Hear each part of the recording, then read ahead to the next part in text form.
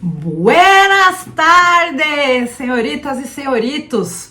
Vim aqui hoje falar com vocês de um tema que eu adoro, que é o tema até do meu livro, tá saindo por agora, hein? Fica de olho, que vai ser muito bom. A gente vai entender mais como lidar com ansiedade, com depressão, sem precisar ficar se drogando, se entupindo de remédio, né?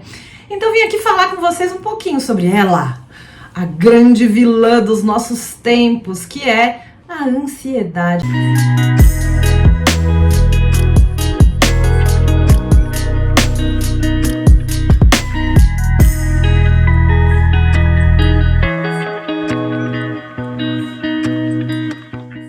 A palavra ficou tão generalizada já que normalizou, né? Eu lembro quando eu era pequena, faz tempo, hein?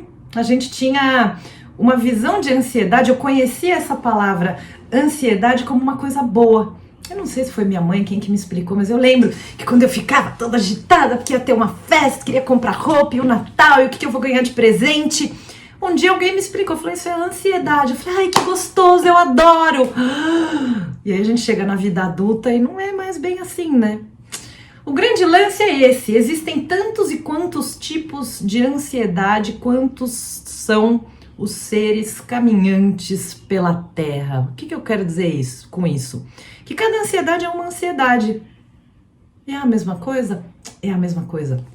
Porque toda emoção é neurotransmissor. Toda emoção é química. Só porque aquela paixão, aquele boy, aquela girl que você olha e fala, é tudo química, meu amor. É tudo química, é tudo neurotransmissor que é despejado na sua corrente sanguínea, e é por isso que a gente fala, ai, meu coração, o coração como a sede das emoções. Na verdade, quem produz emoção são as glândulas que secretam as substâncias responsáveis pela emoção, mas é o coração que faz o negócio circular pelo corpo inteiro, né? Então, é por isso que a gente tem essa ideia, né, do coração, e temos o chakra aqui, que é justamente responsável pelas emoções. Mas de que raios que é a ansiedade? Ansiedade nada mais é do que a angústia do nascimento. Isso foi uma descoberta também por observação do Freud, Sigmund Freud, meu carinhosamente chamado Freudão, que descobriu o seguinte, que na vida, as situações em que a gente sente ansiedade, então, palpitação, a pupila regalada, começa a suar, dá vontade de ir no banheiro, fazer xixi, fazer cocô, pensamento acelerado, a gente começa a ter, às vezes, evolui para o pânico. Então, todos esses sintomas, intranquilidade, inquietação, pressa, todos esses sintomas de ansiedade, eles acontecem naturalmente quando a gente nasce. Por quê? Quando a gente é gerado no ventre, a gente não sabe que a gente é alguém. A nossa consciência, ela se confunde com a consciência da nossa mãe. Eu tenho até uma cliente, acabou de ter nenê, ela me fala assim, minha filha sorri mais pro meu namorado, sorri mais pra minha mãe do que pra mim. E eu expliquei pra ela, eu falei, porque quando ela tava na sua barriga e você sorria pra ele, ela sorria pra ele. A nenê acabou de nascer, tem dias. Então, assim, o nenê ainda tá descobrindo o que é a própria consciência. Né? O nenê estava acostumado a conversar com o pai na barriga, estava acostumado a conversar com a avó, né? Então sorri, reconhece essas pessoas e reconhece a mãe também, mas reconhece a mãe como parte de si. Olha que doideira que é, né? Até a gente entender que somos a mãe, que ser nenê é difícil pra caramba, gente, porque na barriga da mãe não tem calor, não tem frio, não tem cansaço, tem uma chacoalhada às vezes, né? Mas não tem problema. E aí quando a gente nasce, cortam o cordão umbilical, a primeira coisa que a gente sente é o quê? Fome. Por isso que a vida inteira, é daí que vem as compulsões alimentares, a fome. É o primeiro grande problema que a gente enfrenta. Talvez não o primeirão, né? Porque tem a luz, não dói o olho. Imagina, passar 9 meses de olho fechado, aí de repente você abre o olho.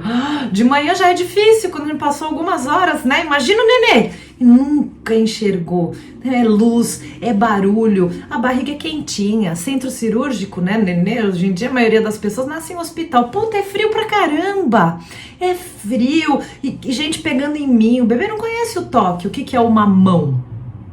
Tem um monte de coisas aí, é muito difícil nascer. Então é angustiante. E a gente passa um medão da porra quando a gente tá nascendo. E ao longo da vida inteira, todas as vezes em que a gente se sente ameaçado, o corpo naturalmente produz uma repetição da angústia de nascimento. Mas qual que é a função da repetição? Aí é onde entra o tratamento psicanalítico. A psicanálise, aliás, eu adoro essa palavra porque eu tô na profissão certa que o meu nome tá dentro, é psicanálise. Então, a análise serve justamente para a gente descobrir qual que é a função da nossa ansiedade. Então eu tenho cliente cuja ansiedade é pressa, eu tenho cliente cuja ansiedade é aquela alegria de chegar no final de semana e ela não é patológica. Tenho cliente que é controlador, então a ansiedade é sentida até o momento que a pessoa sabe que a situação está no controle. Tem gente que tem problema de autoestima, então a ansiedade vem até a pessoa ter certeza que não fracassou. É o cara que sofre por antecedência. Então, assim, tantos e quantos tipos de ansiedade, quantas são as pessoas pelo mundo, cara. E não adianta. E é por isso que a psicanálise é tão linda, porque a gente aprende a interpretar a pessoa dentro do próprio referencial dela.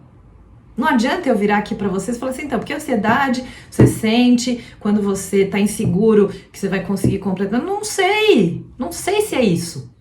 Eu sei que quando você nasceu você sentiu, isso aí é regra, todo mundo sente. Porque é muito esquisito você tá no gostoso da barriga da mãe e de repente você arrancar. E eu que nasci de 8 meses por um erro médico ainda em pleno inverno, até hoje odeio o inverno. Fico péssima quando tá começando a esfriar, porque eu acho que é revolta. Eu não queria ter nascido! E vocês já viram que animal também tem ansiedade? Para quem conhece um pouco de teoria freudiana, vou mostrar um troço aqui para vocês. Ansiedade é característica dos mamíferos. E isso está relacionado à angústia de nascimento. Lógico que a ansiedade pega. Porque da gente observar alguém intranquilo, alguém acelerado, alguém falando, a gente vai entrando no ritmo da pessoa. Isso tem a ver com os ritmos da natureza. Por que é tão gostoso mergulhar? Tem N explicações, até a ver com a pressão atmosférica embaixo da água, tudo isso. Mas eu me lembro muito de mergulhar, tá lá e o peixe para na minha frente. E nisso você já vai respirando mais devagar, aí você vai entrando no ritmo da natureza, aí você vai... Todo mundo nada, né? Aí de repente acaba o mergulho, você volta pra cidade, tem que pegar o barco e você volta pra ansiedade. Então o ritmo pega. O animal pega o nosso ritmo e a gente pode pegar o ritmo do animal também. Mas o que é interessante da gente ver... Eu não sei, não posso falar dos répteis, por exemplo, porque eu não entendo a linguagem deles. Pode até ser que eles tenham ansiedade. Mas nos mamíferos a gente reconhece, né? Quando o nosso gatinho, nosso cachorrinho tá ansioso, quando começa a ouvir alguém mexer na porta que vai chegar em casa, isso é muito louco. E a gente tem as fases do desenvolvimento, né? Então, por que essa fase inicial aí pós-nascimento, e aí tô falando de mamíferos em geral, incluindo a gente, por que ela é tão importante? Porque a gente se confronta com a fome pela primeira vez. E aí o prazer de ser alimentado nos gera verdadeiros orgasmos. Não é só na infância, né? Quem que não tem orgasmo com certas comidas? É que a coisa muda de lugar, não é um orgasmo genital, é outro tipo de satisfação. E é por isso que essa fase em que a gente é tão apegado à amamentação se chama fase oral. E é por isso que fome a vida inteira dá ansiedade. Porque quando a gente é pequenininho, quando a gente começa a sentir fome, a gente se sente abandonado, se sente rejeitado, se sente com medo, se sente ansioso. E aí a comida vem e acalma, nos dá segurança, nos dá quentinho e principalmente quando a criança está sendo amamentada, ela está ouvindo o coração da mãe. Então ela está num ambiente que é o ambiente mais parecido possível com aquilo que ela conhece como segurança. E com os nossos gatinhos e cachorrinhos não é diferente, pessoal. Eu tive uma gata que eu peguei ela, achei ela na rua, tipo, sabe, um gato desse tamanho, você tá andando na rua e miu. Pois é, achei um gato desse tamanho, levei pra casa, a gente teve que amamentar e na época eu tinha cachorro. Meu, você acredita que a gata mamou? Não era na teta, né? Porque a cachorra também castrada, nunca teve oportunidade de parir, tinha a tetinha atrofiada. Mas fazia uns gruminhos, era um Schnauzer, né? Fazia uns gruminhos de pelo enrolado na cachorra a vida inteira, até a cachorra falecer. A gatinha tá viva ainda. Até a cachorrinha falecer, a gatinha ia mamar lá. E é uma gatinha super carente. A gente fala, né, que as pessoas que são fixadas na fase oral, vamos dizer assim, que por algum motivo de vida, e não é necessariamente um trauma, viu? Não venho querer culpar as mães, não. É por algum motivo de vida que a análise vai te ajudar a descobrir. Por algum motivo de vida, a pessoa fica presa nessa fase, quer dizer, fica dependente dessa satisfação de ser alimentada. Isso faz com que a pessoa desenvolva uma personalidade também mais dependente dos outros. Então, se vai namorar, é aqueles casais que não conseguem ir nem na esquina, um sem o outro. E essa gata que eu tô te falando que ficou fixada na fase oral, ela era assim, completamente... Ela era não, tá viva. Ela é assim, completamente dependente da gente, super grudada.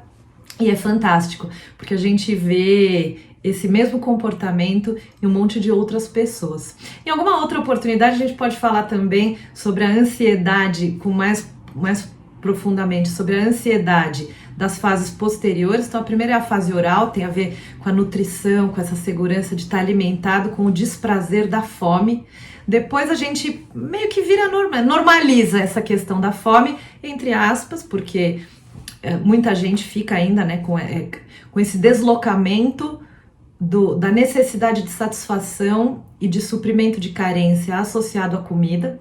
Mais pra frente a gente tem a fase anal, que está relacionado a aprender a controlar os esfíncteres do ânus e da uretra. Então o nosso prazer deixa de ser tão forte a nutrição e passa a ser o controle.